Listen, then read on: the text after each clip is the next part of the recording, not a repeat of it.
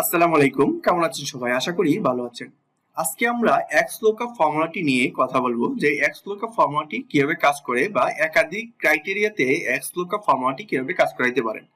আমরা সাধারণত XLOOKUP formula easy কিভাবে করতে হয় আমার আগের ভিডিওতে সিম্পলি XLOOKUP ফর্মুলাটি কিভাবে ব্যবহার করবেন এবং VLOOKUP এবং XLOOKUP এর কি পার্থক্য আছে আপনি আমার আগের ভিডিওটিতে দেখে আসতে পারেন। যদি আমার চ্যানেলটিতে নতুন হন, আমার চ্যানেলটি অবশ্যই সাবস্ক্রাইব করে রাখবেন এবং পাশে থাকা বেল বাটনটি ক্লিক করে রাখবেন। তো চলুন কথা না বাড়িয়ে মূল ভিডিওতে চলে যাই। আমি এইখানে একটি চার্ট অঙ্কন করেছি এবং এইখান থেকে আমি এইখানে কিছু ডাটা নিয়ে গিয়েছি অলরেডি। দেখেন এখানে কিছু ডাটা নেওয়া হয়েছে। এখন আপনি দেখেন এখানে প্রোডাক্টের নাম অয়েল, এই যে প্রোডাক্টের নাম এইগুলা, প্যাক সাইজ, এই যে প্যাক সাইজ স্মল মিডিয়াম, হ্যাঁ। তো এইখানে স্পেক সাইজ গুলো আছে, এটা কি অফলাইনে সেলস হয়েছে নাকি অনলাইনে সেলস হয়েছে এটাও কিন্তু এখানে দেওয়া আছে। এবার এইখানে যদি এই ক্রাইটেরিয়া গুলো সবগুলো ম্যাচ করে তাহলে কি সেলস কি হয়েছিল, এই যে এইখানে সেলস গুলো চলে আসবে। আর যদি ক্রাইটেরিয়া গুলো সবগুলো ম্যাচিং না হয় তাহলে নো ডাটা চলে আসবে। এই কাজগুলা যেমন দেখেন, আমি যদি এখানে দেখাই, আমি এখানে ড্রপ ডাউন লিস্ট তৈরি করে রেখেছি। তো আমি রাইসের উপরে যখন ক্লিক করলাম, দেখেন রাইস স্মল সাইজ অফলাইন, তো রাইস, হ্যাঁ, স্মল সাইজ অফলাইন কত, এই যে এটা 570, এই যে স্মল সাইজ 570 চলে আসছে। আমি আবার যদি এখানে লেন্টিল ডাল দেই, লেন্টিলে অফলাইনে স্মল সাইজ অফলাইনে কোনো ডাটা নাই, তো লেন্টিলে আমরা যাই, যাওয়ার পর স্মল সাইজ, এই যে দেখেন যেটা আছে এটা অনলাইনে আছে, অফলাইনে মিডিয়াম সাইজ আছে। তো আমি যদি এখানে লেন্টিলের অফলাইন না দিয়ে এখানে দেই, স্মল না দিয়ে এখানে মিডিয়াম দেই, দেখেন মিডিয়াম দিলে 534, তো 534 চলে আসছে। তো এই দেখেন মাল্টিপল ক্রাইটেরিয়া, এখানে দেখেন লেন্টিল মিডিয়াম অফলাইন। তো আমি যদি দেখি এখানে অনলাইন কিছু আছে কিনা, তো অনলাইন দিই, দেখেন অনলাইনে লেন্টিলে অনলাইনে কোনো ডাটা নেই, তো নো ডাটা ফাউন্ড। এই যে ড্রপ ডাউন লিস্টটা তৈরি করেছি এবং এইখানে সেলসের ডাটা আসবে, এটা কিভাবে তৈরি করেছি আজকের ভিডিওতে আমরা টোটাল কাজটা দেখব এবং টোটাল কাজটা শিখবো। তো চলুন কথা না বাড়িয়ে আমরা সরাসরি মূল কাজটাতে চলে যাই। তো এইখান থেকে আমি প্রথমে ডাটাটা কপি করে নিলাম, এবার এইখানে পেস্ট করলাম। পেস্ট করে জাস্ট আমি সেম কাজটাই করার চেষ্টা করব, যাতে আপনারা যদি বুঝেন, আপনারা একবার দেখলেই আশা করি বুঝে যাবেন এবং প্র্যাকটিস করেন, আশা করি আপনার কাজটা হয়ে যাবে। তো আমি এটা সেম কালারটাই করে নিচ্ছি। এবার আমি জাস্ট এইখানে ড্রপ ডাউন লিস্ট তৈরি করে নিব, কিসের, এই যে এইগুলা। তো এটা যদি ড্রপ ডাউন লিস্ট তৈরি করতে যাই, তো আমরা সাধারণত ড্রপ ডাউন লিস্ট কিভাবে তৈরি করি, আমরা যেখানে ড্রপ ডাউন লিস্ট তৈরি করব সেই সেলটার উপরে কার্সরটা রাখতে হবে। রাখার পর আপনি ডাটাতে চলে যাবেন, ডাটা থেকে সরাসরি এখানে চলে যাবেন ডাটা ভ্যালিডেশনে।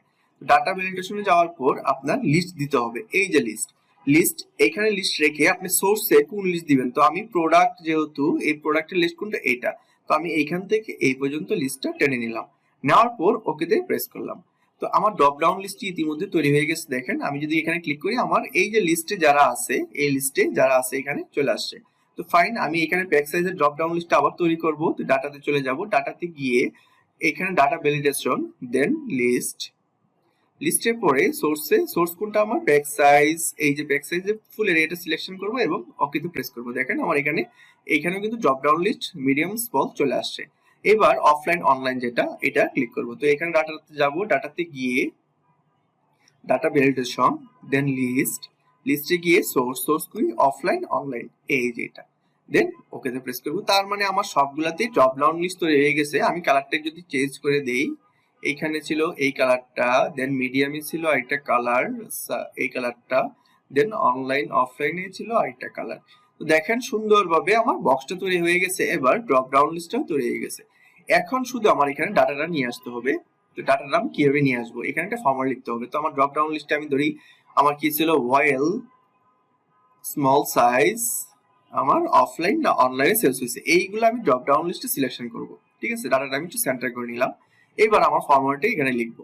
তো ফর্মুলাটি লিখবো কি, XLOOKUP দিয়ে আমরা সাধারণত এই কাজগুলা খুব সহজে করতে পারি। আমরা সাম ইফস দিয়েও করতে পারি, বাট সাম ইফস ফর্মুলাটি অনেক ওয়েটেজ, মানে আপনার ফাইল অনেক হ্যাং করে এক্সেলে। তো আপনারা যদি XLOOKUP দিয়ে করেন আমার মনে হয় খুবই সহজ হবে, এবং আপনারা যদি 1 থেকে 2 বার প্র্যাকটিস করেন আপনারা শুধু এই ডাটাটা না, অনেক বড় বড় প্রজেক্ট খুব সহজে করতে পারবেন।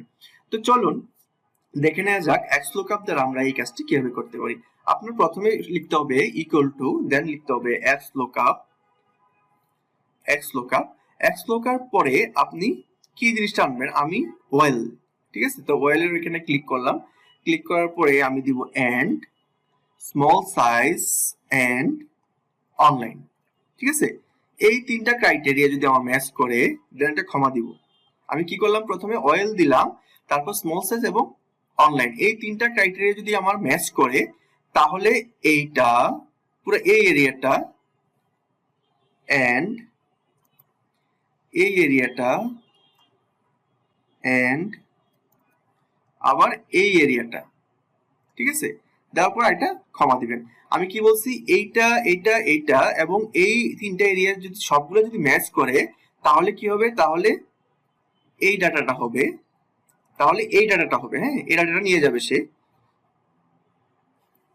ক্ষমা, অন্যথায় নো ডাটা ফাউন্ড আসবে বা নো ডাটা আসবে। তো ইনভার্টেড কমার ভিতরে যেহেতু আমি বলবো অন্যথায় নো ডাটা আসবে, তো আমি ইনভার্টেড কমার ভিতরে লিখবো নো ডাটা, নো